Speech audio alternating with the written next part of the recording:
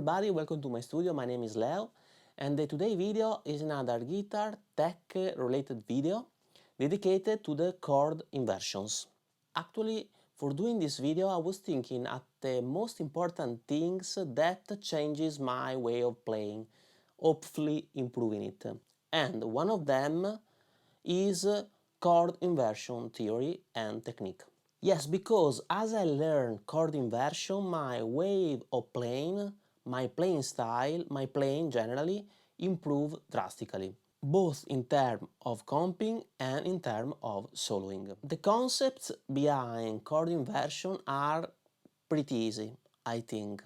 Basically, the lowest note of a chord is typically its root. Basically, with chord inversion, we put different notes than the root of the chord in the lowest position. So for instance, we can put the third in the lower position, the fifth or the seventh, having different chord inversions.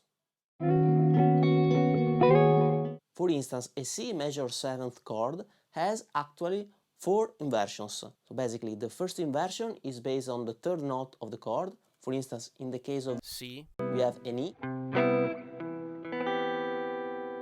The second inversion is based on the 5th note of the chord, that is a G.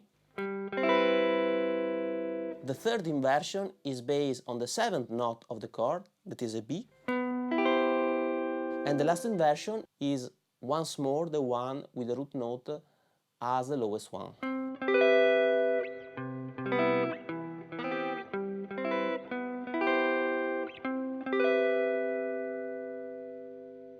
So, C major 7th, first inversion, second inversion, third inversion,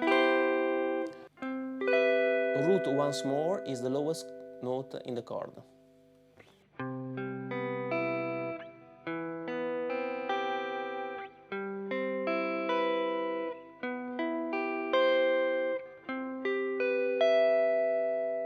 But obviously there are other positions. I typically use two types of position. The one having the lowest note in the D string and the one having the lowest note on the A string. In the case of this C major, we have just seen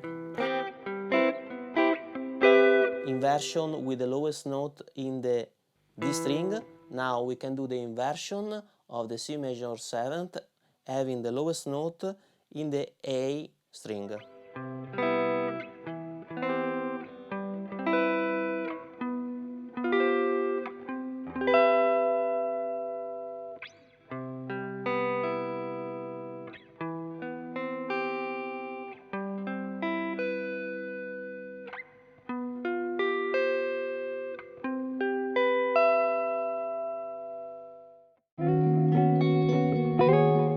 Same concept can be applied to minor chords.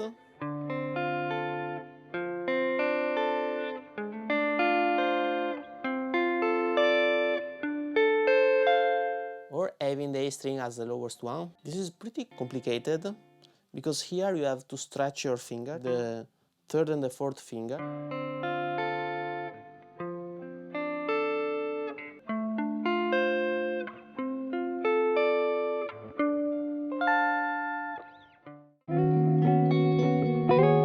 And obviously the same concepts apply to a dominant chord, for instance a G7.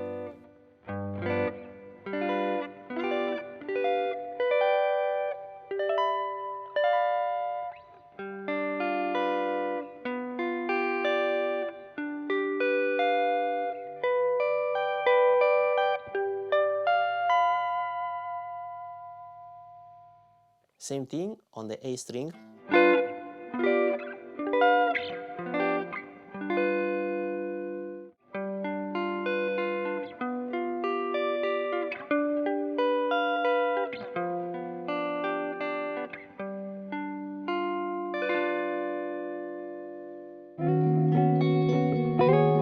But why inversions are so important in my opinion? Well, actually for three main reasons.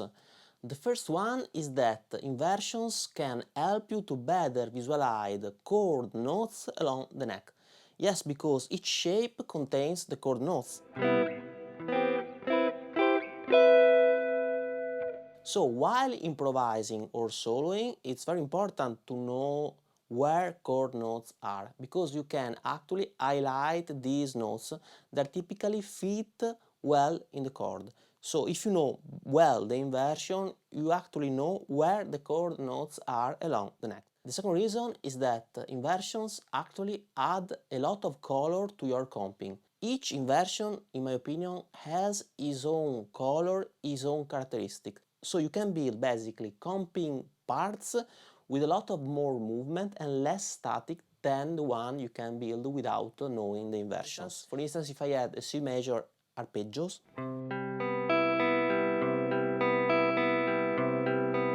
or I can do something like this.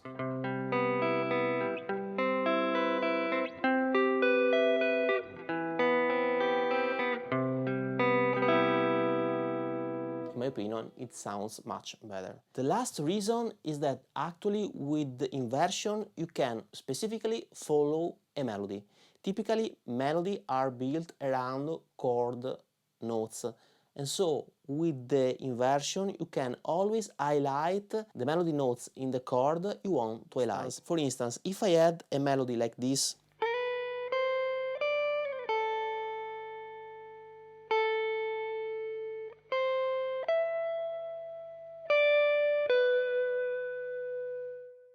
built around these chords,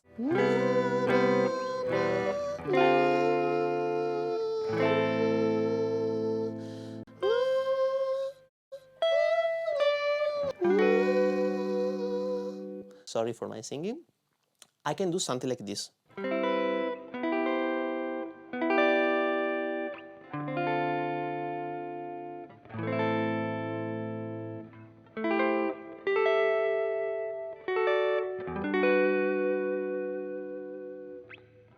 Second inversion and third inversion of the C, second inversion of the E minor, D minor, A minor, A minor once more, second inversion of the A minor, D7, G major 7. So with the inversions of these chords, I have actually highlighted the notes of the melody. So thank you very much for following me. I hope you enjoyed the video, and if you did it, please subscribe to my channel and hit the notification bell. It would be of a great help. If you're interested in my music, you can check out the playlist of songs of mine in the description below. So thank you once more and see you in the next video. Bye bye!